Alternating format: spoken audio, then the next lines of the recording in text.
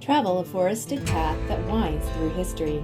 Each step tells the story of Washington's Wild West. Explore an extraordinary trail located off the Mountain Loop Highway. Venture into the heart of a former mining boomtown, nestled amidst formidable peaks and the untamed wilderness of the Cascades. Once a bustling hub of ambition and promise that lured both fortune seekers and shrewd investors, including the grandfather to a future American president. As we explore the remnants of Monte Cristo, a ghost town that carries echoes of lives once lived. But beware, as we delve into this ghost town's past, there's more than meets the eye. Sold and they stopped doing maintenance.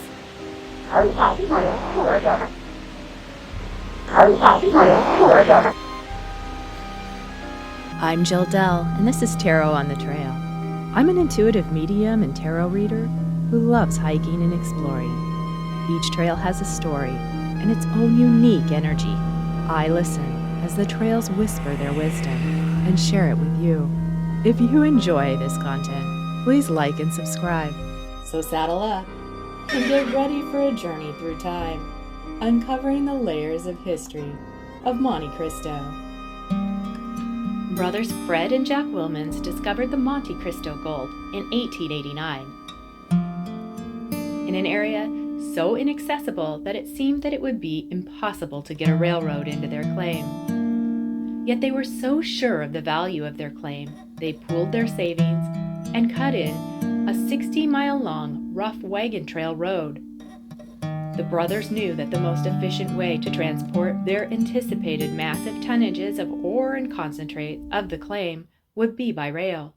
They hired John Q. Barlow, an engineer, to survey a potential railroad route to parallel their road. 4 miles below Monte Cristo, Barlow discovered a pass which led to the South Fork Stillaguamish River Valley with a possible link to the newly announced heavy manufacturing city of Everett to the west, the pass now known as Barlow Pass.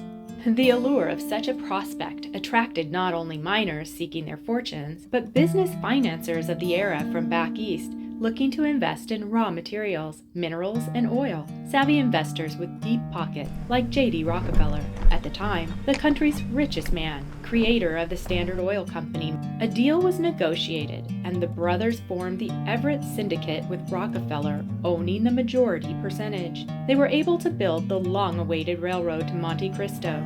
Several mining companies were formed, along with the United Concentration Company, to erect a plant to process the ore into concentrates, which would reduce the shipping costs. The Wilmans brothers retained their holdings on Wilmans Peak and organized the Golden Cord and Wilmans Mining Companies. This endeavor required building a smelter to turn the concentrates into bullion. Thus, the Puget Sound Reduction Company was created, linking the mine and the processing components. The Everett and Monte Cristo Railway Company was formed, utilizing existing lines and building a new line that traveled Lake Stevens to Monte Cristo via Granite Falls and along the ever-volatile Roby Canyon on the South Fork of the Stillaguamish River. After weather and flood delays, the line finally reached its destination in September of 1893. Attracted by news of Rockefeller money backing the gold and silver strike at Monte Cristo, thousands of people began to flock into the area, seeking employment for a better life. Jobs were created in lumber, construction, railroad, and of course, mining, as the mining company sought hundreds of workers for the mines. Monte Cristo became a boomtown, and in its peak boasted 2 stretches of homes, the upper side and the lower side of the tracks, a school, hospital, hotels, butcher shops, clothing store, real estate office, churches, a drugstore, and 6 saloons, several of which included a house of ill repute, better known as brothels, where miners could have lodging and satiate their hunger for food, booze, and women. One shrewd owner would amass his fortunes, not from mining, but in a rather shady but creative way of using a land claim. Choosing a plot of land near the train station, the proprietor wanted to build a hotel, but couldn't afford the $1,000 per acre fee to purchase the land. Instead, he filed a gold placer claim on the land, which allowed him to claim exclusive mineral rights to the land without having to pay for it. Despite the placer's claim stipulating no right to build any structure, a new hotel, boarding house with restaurant and brothel went up quickly, similar to his restaurant and brothel in Seattle. He filled his coffers from the pockets of the miners who boarded or frequented his establishment. The hotel's proprietor? A Frederick Trump, grandfather of former U.S. President Donald Trump. After making money hand over fist in Monte Cristo, Trump finally bought the land in December of 1894.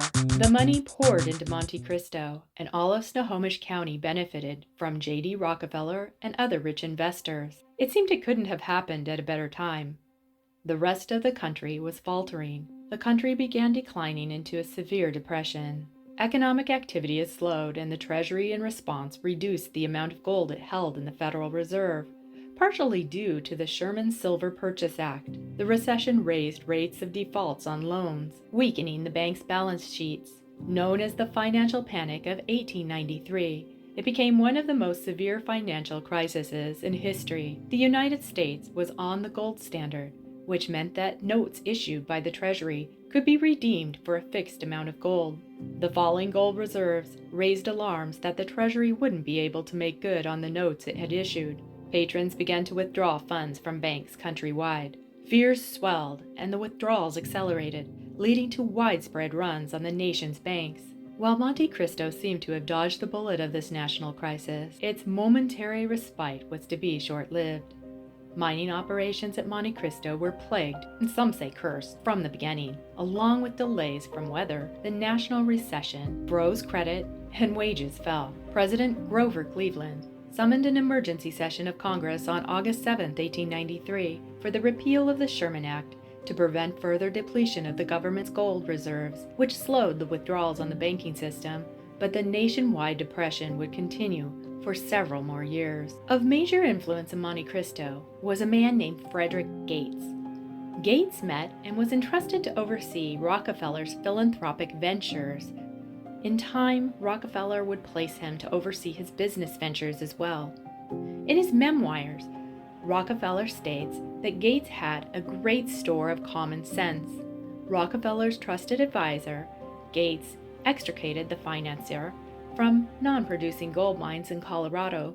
Using the knowledge acquired, Gates directed $40 million of investment into a profitable mining operation in the northeast Minnesota Mesabi Range in 1893. In 1894, Rockefeller sent Gates on his behalf to investigate, suss out, and restore financial order at the mines in Monte Cristo. Gates, the son of a Baptist minister, had studied human behavior and used this knowledge to protect the investments.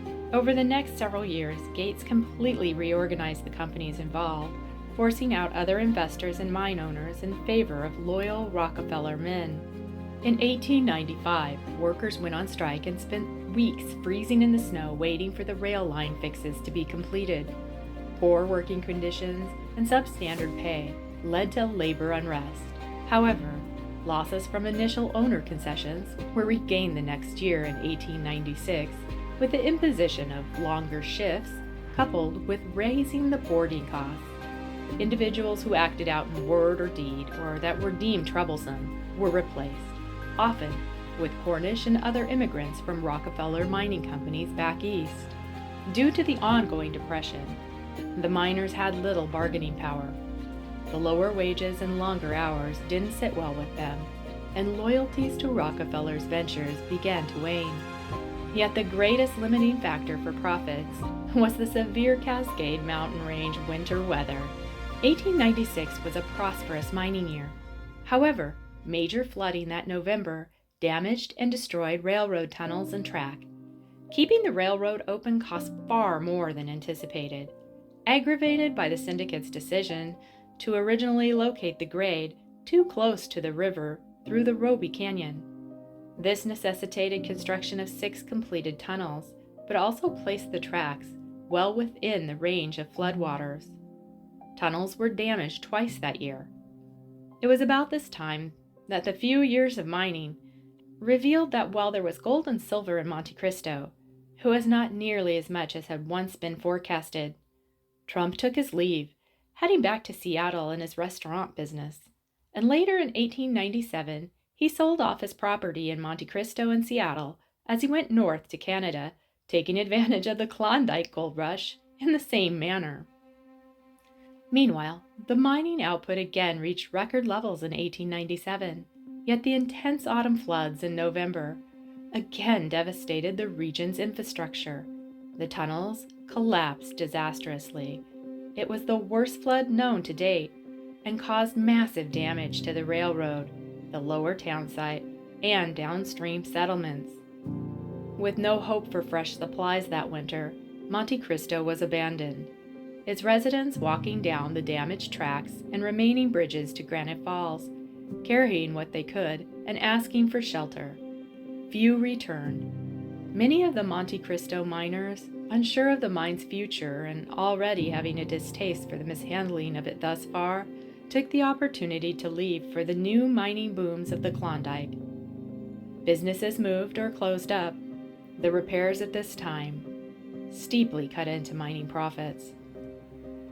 Frederick Gates ruthlessly took advantage of this disaster to Rockefeller's benefit, rejecting needed railroad repairs until miners and businessmen agreed to sharply higher freight rates, and when they balked, he kept access closed and forced them into bankruptcy. As a result, he gained total control of the major mines at Monte Cristo, forcing out minority stockholders.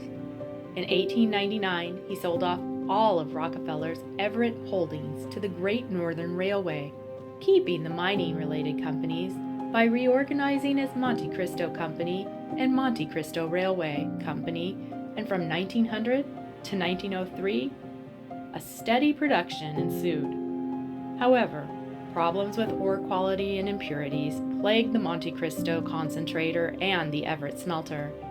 The ore had high levels of arsenic, and quality wasn't as good as the mines and other holdings outside the Cascades. As the main veins ran out, Gates began to sell off and unload the entire mining and processing operation. While Gates was ruthless in business, he was passionate about philanthropic causes and continued to be influential to Rockefeller regarding estate planning with philanthropic trusts and endeavors with a long-lasting legacy. The ownership of the mines, but not the smelter, reverted back to the Woolman's brothers in 1905, and they in turn sold their interests to Sam Silverman, who intended to install a roasting plant to make arsenic, a widely used pesticide at the time. However, Silverman's company went into receivership, similar to bankruptcy. And we're going to check out the upper section just to see if there's any other structures that are still standing. Come on! Unable to pay its loans, work halted permanently prior to the roaster being completed. Monte Cristo never recovered. Despite several attempts to revive the once thriving mines, mining production greatly reduced. The U.S. declared war on Germany in 1917. This further dwindled interest in the mine, puttering out mining operations completely in 1920. After that, attempts were made to make Monte Cristo a resort destination. But even with this stunning beauty, after a few years, that endeavor too was eventually abandoned. To this day, Monte Cristo is embroiled in a convoluted battle of cleanup efforts, access, and upkeep.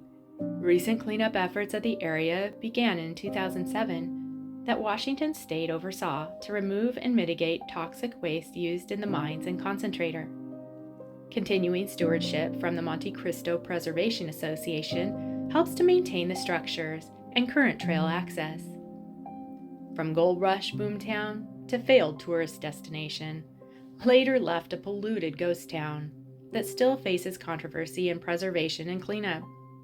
A popular destination of bikers and hikers, and apparently paranormal activity.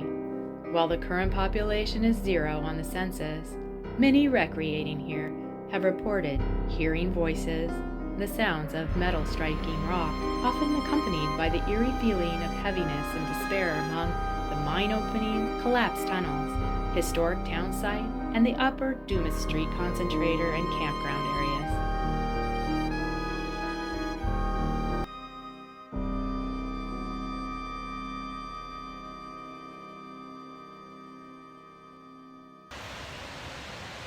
I understand that there were several fires here. Were you aware of any of the fires? I understand that there were several fires here. Were you aware of any of the fires? Yes. I understand that there were several fires here. Were you aware of any of the fires? If you were here, how did you feel about when the railroad company was sold and they stopped doing maintenance?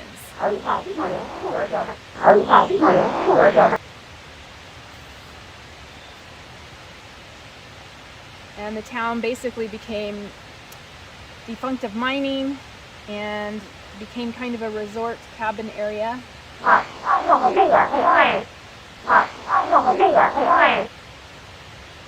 Is that you I hear yelling?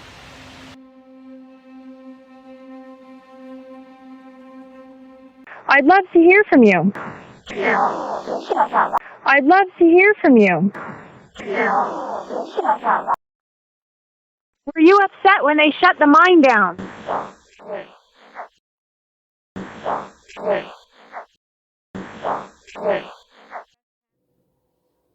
A Wild West ghost town along the mountain loop highways piqued my interest right away. The paranormal evidence I collected here solidified my desire to understand the energies as well. Let's see what the cards had to say. Okay. And it's reversed.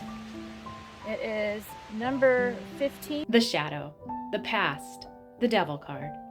The path of instant gratification, even if it's at the expense of your long-term well-being. You believe you need it, and you must have it, even if it means going against what you know to be right to obtain it. Deep down, though, you know it's to your detriment, and you're only doing yourself and often others a disservice when you cave in to these lower desires. Breaking free of these negative patterns means that you'll need to acknowledge the hold that they have over you and the impact that they've had on your life. Current also reversed. 8, strength, courage, and endurance. The current. Strength reversed. In its shadow form, strength reversed can signal that you're prone to explosive outbursts. Emotional behavior, lashing out at others, and becoming aggressive. You may act without thinking and end up doing something you regret later. The key is not to repress the raw emotion, but to learn how to channel it so that it won't harm others or yourself, so that you can move forward on things that are mutually beneficial. The chariot, discipline, and determination. The future. The chariot. The chariot's a card about overcoming conflicts and moving forward in a positive direction. One needs to keep going on and through sheer hard work and commitment, and you'll be victorious. This video is dedicated to those that diligently preserve our history and heritage from being lost to time. And also, I'd like to dedicate this to my husband, who went on this trekking adventure with me on our 9th anniversary. If you enjoyed this video, you'll probably like my other trail adventures, like this one.